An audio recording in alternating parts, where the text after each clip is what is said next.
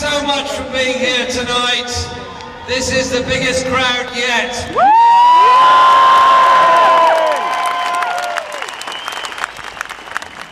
while I was waiting to come up, I just received a message from my very good friend, and I'll tell you who it is when I read the message. It says to the crowd, "Send them my best wishes. From one Scouser to..." Here we are. "From one Scouser in exile to my fellow Scousers at home in the finest city in the world." That's from John McDonnell.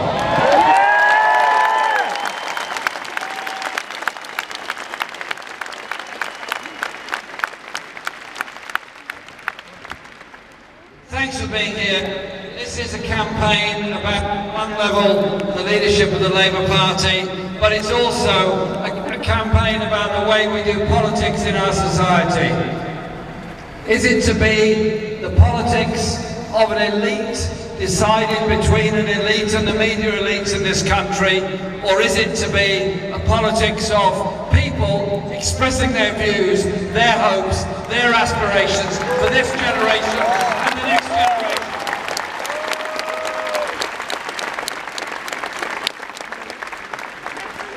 And in Liverpool, there's no finer place to look at the strength of communities and what they achieve.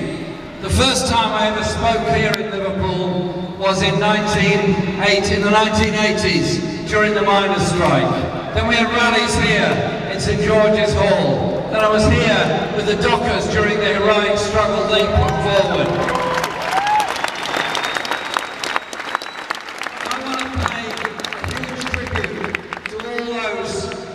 That braved the abuse, the nastiness and the horror of what the Murdoch press could do to stand up for the Hillsborough family.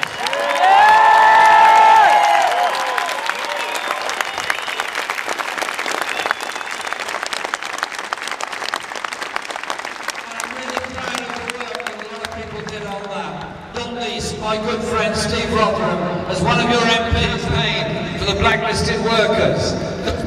Denied the possibility of working for decades by a secret cabal of employers saying they were dangerous trade unionists. Well, things have changed. We won that campaign. We won it not because of the support of the national media, but the support of ordinary people who stood up for those who speak up to defend them. So well done.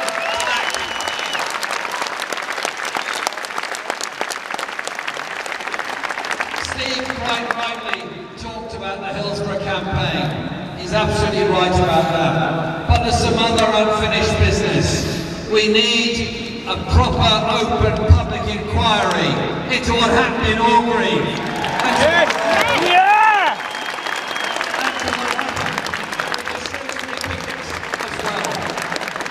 are a lot of issues that we need to deal with. But this week, this past couple of weeks in Tory Britain, life hasn't been easy for a lot of people. Philip Green, minister in the Tory government, living in tax exile in Monaco, retreating to his yacht, having not paid the taxes on his company, having denuded its pension fund of the resources it needs, having driven a lot of people into a situation of being unemployed and closing all those stores. What is it about Tory Britain? What is it about the Tory government? They won't intervene to defend those jobs, but instead defend the tax evaders and the tax avoiders.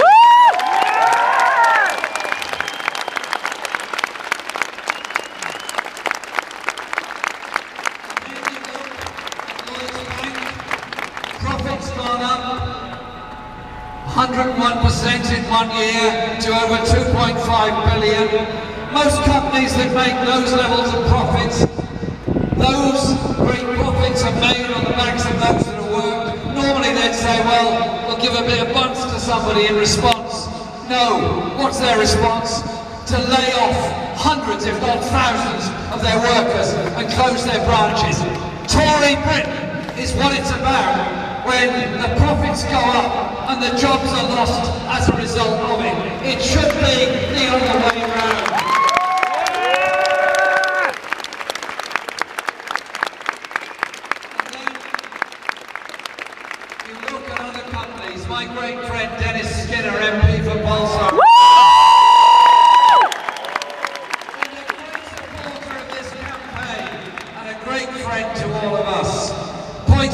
in an intervention on a speech John MacDonald was making in Parliament about Shirebrook. Dennis worked there as a miner in the 1970s.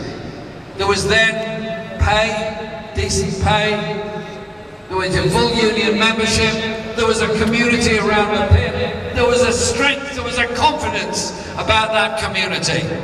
Thatcher came along, the Tories came along, they were frightened of the power of the union, they were frightened of the power of industrial workers, so not caring a thing about the energy needs of this country, instead destroyed the mining industry as an act of political vandalism, as it is the same as so many other industries.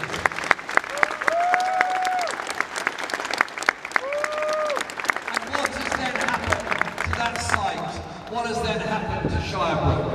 It's now a 0 hours contract company, undercutting wages, an aggregate of minimum wage that doesn't even add up to a weekly minimum wage, ambulances called, fire tenders called, in order to deal with the health and safety conditions and dangers in that factory.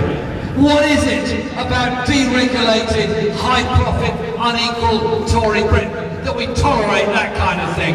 No, no, and no. We are going to... Yeah!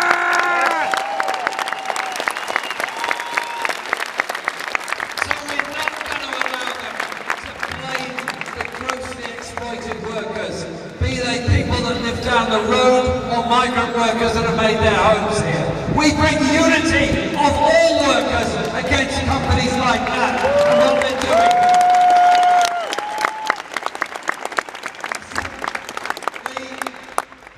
Propose something very different.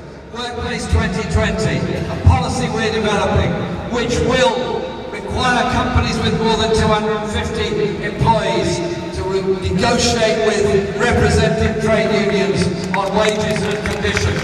Yeah!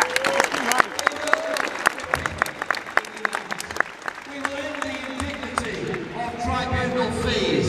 In other words, those that have a grievance go to an employment tribunal and are in danger, if they lose it, of getting the costs of the other side put against them and no representation. It's not right.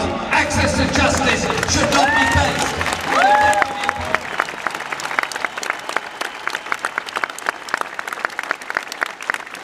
And we will also deal with the scandal of the way in which legal aid has been denied to so many within our society. So many people that can't get justice because they can't get access to legal aid. And agency workers, whoever they are, whatever they're doing, deserve the same rights as everybody else in work. We have this culture of exploitation, ignorance. So we do a lot more. We want to do a lot more on employment rights and justice within our society, because that is the basis of the inequality that exists all across modern Britain. Inequality of health is one of the worst issues facing this country. In this city, the life expectancy is the biggest gap between the richest and poorest areas of this city of any city in Britain. It's 10 years. If you live in the poor area, you live 10 years less than living in the rich area. The overall average for this city is 4 years less than the national average. Is that because doctors in Liverpool don't work as hard as those elsewhere? Is it because they aren't as good as elsewhere? No and no. It's all about poverty, it's all about bad housing, it's all about inequality. Those are the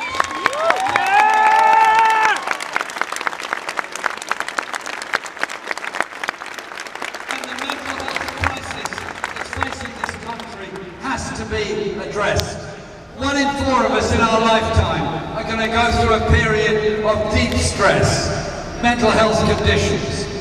Some of us will get through it with the love and support and affection of our friends and our family and our immediate network of workmates and others. Others won't. Others will be frightened to talk about it. Others will not be able to get any help. And sadly, some take their own lives as a result of that. We can do 2 things. One is change the mood music on how we deal with the issue of mental health. Reach out and support don't condemn.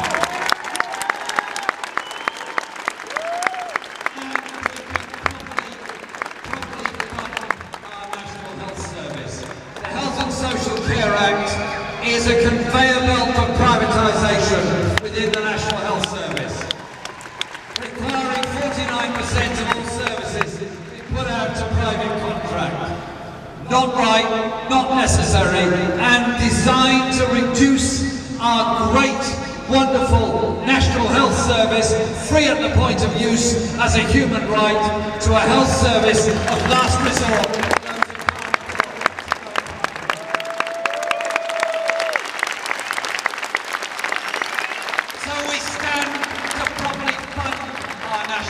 Service. It was founded by brave people. It was founded by a health minister in Ireland, Bevan, with vision. A vision of the idea that you were treated because you were ill, not because of the size of your wallet. That has to be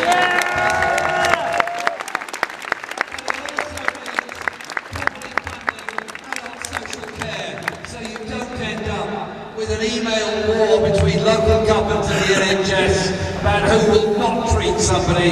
Instead, you have a seamless system that treats everybody, again, irrespective of their knowledge. Inequality in Britain goes in so many other areas as well. Too many children being brought up in grossly overcrowded, badly maintained, expensive, damp, short-term, private rented accommodation across this country. 100 years ago, Keir Hardie, as the then leader of the Labour Party, campaigned against landlordism and what went with it. He wanted a world where there was security of tenure through council housing. He wanted regulation of the private rented sector. He wanted secure housing for all. Labour councils and Labour governments built a large number of council properties, gave people that security. It was the Tories under Thatcher that started the destruction of council housing and instead replacing it with a free market dogma. I tell you this, I want a Labour government that says our priority is to ensure by the end of that first term of that government everyone is decently, securely and properly housed within our society.